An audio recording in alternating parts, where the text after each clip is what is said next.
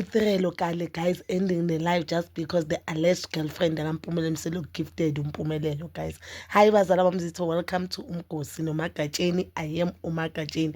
So today guys uMpumelelo bekadlala igame baku TikTok live. It was uMpumelelo Amahle and uThirelo. For me it was so cute. It shows ukuthi they fixed whatever problems abanawo and sebabukele phambili bayenza into yabo baphusha into yabo kahle. They don't want any drama but they are family and they are united.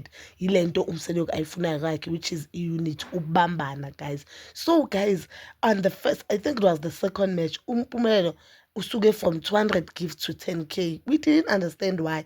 And there's a girl that is called Fortunate who gifted Umpumelelo. Uthirelo thought Umpumelelo gifted himself. I also thought Umpumelelo was gifted because mina bengijoyine watching on Iside Lara Tirelo, guys. Ne?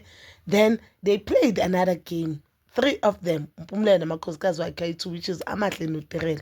After playing the second game, there's this girl who called Ufortunate who keeps on gifting Umpumelelo and gifting Umpumelelo with huge gifts, guys. Let me take you back. There's a photo, a screenshot of a video. A photo, and it's a screenshot that is making rounds, guys.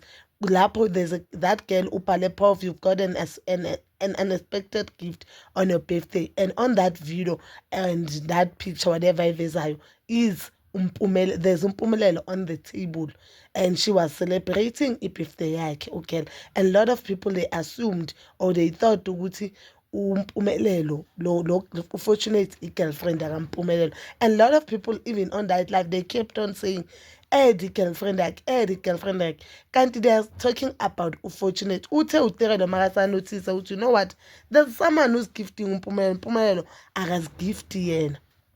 Kusho ukuthi uThirelo wayangale wachecka makathi uFortunate, then watshela uAmahle wathi Amahle, can you please go that side, ngicela uye kulela side la kaMpumelelo and check ukuthi kwenzakalani, ubona ukuthi umuntu ogifta uMpumelelo kubani, only to find out ukuthi uye uFortunate. And then uThirelo decided to end in life.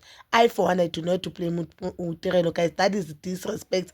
If you very Fortunate no Mpumelelo, they are in a relationship, yes uThirelo angaba understand and ask ukuthi umyeni wakhe ufuna isithembu and akanankinga nesithembu, but that is disrespect. Let's just be honest. You gifting your boyfriend on live anayo with abakhosikazi wakhe, that is disrespect. Let's just be honest.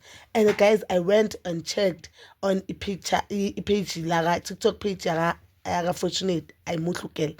But one thing about Mpumelelo, uthanda nabantu ama-ladies amahle, uthanda nabantu besimama abahle, muhle ugel, ume kahle vele. I-type kaMpumelelo, you know ukuthi uMpumelelo uthanda labantu abame kahle nje, yabo.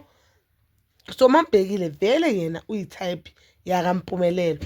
And the question is uMpumelelo bekafunani lapha kulela tafula, and if bongasi girlfriend yakhe uMpumelelo bongeka loka sineka smile because uchaza ukuthi no man, this is not my girlfriend, who's ban. And if you know a bond or a relationship kaThirelo noMpumelelo, you would know. If beka friend, just a female friend, uThirelo bekazi wazi ukuthi no lo umngane akunankinga. But kusho ukuthi it's beyond that. And uThirelo ushilo ukuthi yes abantu bebaloku basho, uMpumelelo alokahle kathi basho bathini. Guys, I felt ipain kaThirelo and this is not funny. Vele guys, you know ukuthi mawujola uMpumelelo following yakhe phambili, mawucheck ipage la girl vele sesamfollower, into yakhe ihamba kahle. And I just wanted to say nje uThirelo ngiyaxolisa mama for today. I felt your pain. Yazi uMpumelelo futhi babakhe man, uMpumelelo awazi uyona into enhle, bokuyinto eright Amahle lokazikhulumela phansi abantu baloku bathi Amahle yabhoka, but it showed ukuthi as a family babathandana babumbene, yabo isithembu sikaMpumelelo siza kahle. And that was a good thing.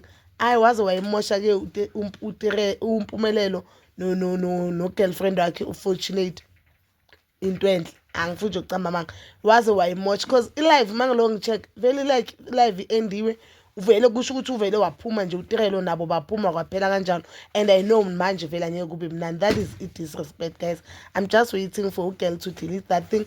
And we all know naye ukuthi ugirl uposted that video ngamabomu. Why angakhophanga uMpumelelo if bekafuna ukuveza the portrait abamnweni? Why angakhophanga uMpumelelo? She knew what she was doing, but nje now yabona manje ngabe kuya ngami ngabe kuthiwa ingane zesithembu zibuya this Sunday because vele there's nothing that is interesting ku TV. But bazalwane bami zitho, that is all for now. Please don't forget to like, subscribe, share and hit that notification button. Nginithanda ukuya nokubuya.